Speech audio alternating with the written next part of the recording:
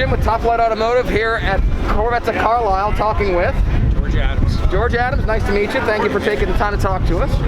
So, this 69 Corvette, why this car? What prompted you to put all this love and energy into it? Oh, I had gotten this car off of a cousin. Okay. He bought it in '72. Okay. So he bought it off the original owner. So it was always garage kept. I got it off of him in the mid '80s, late '80s, and I gave it to my son. Okay. And he drove it until we got married in '90. And he put it in the garage, and it sat in the garage till 2016. Oh wow. Okay. And he and his wife were going off to South Africa to be missionaries. He asked me to take the car back, and if I wanted to redo it. I said, yeah, I will. I'll be glad to. So I got it off of him, and a year later, it was all done. And the car's name is Kathleen. I named it after my daughter-in-law. Okay. Because I was building the car. I told my son that it made me feel real close to him, knowing he's so far away, but knowing it was his car. Yeah. And my daughter-in-law said, "What do you do to think about me, Dad?" So I didn't know what to say, so I had fakes made for the door sills to say Kathleen. And when she came home that fall, I opened the door to show her, cried her eyes out.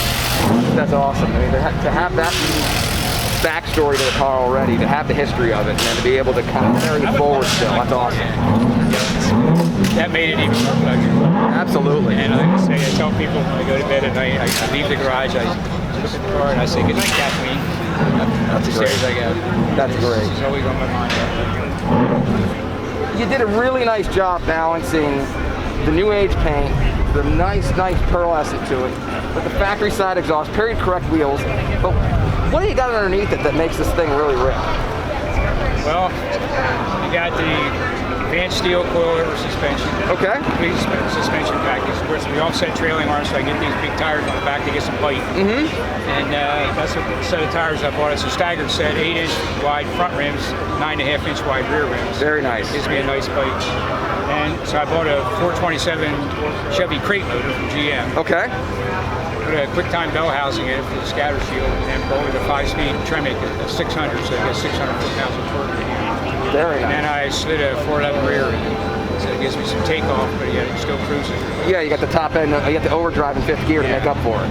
And then I wanted to do away with all that vacuum these cars have, so I put an aftermarket air conditioning in, and I put the electric headlights in it. Okay. And the power brake unit runs off the power steering pump, so I did away with the vacuum booster. Got it. And then I manufactured a wiper door opener. Nice. So I could have electric wiper door. So the only vacuum I draw off the motor is for the fuel pressure regulator. Okay.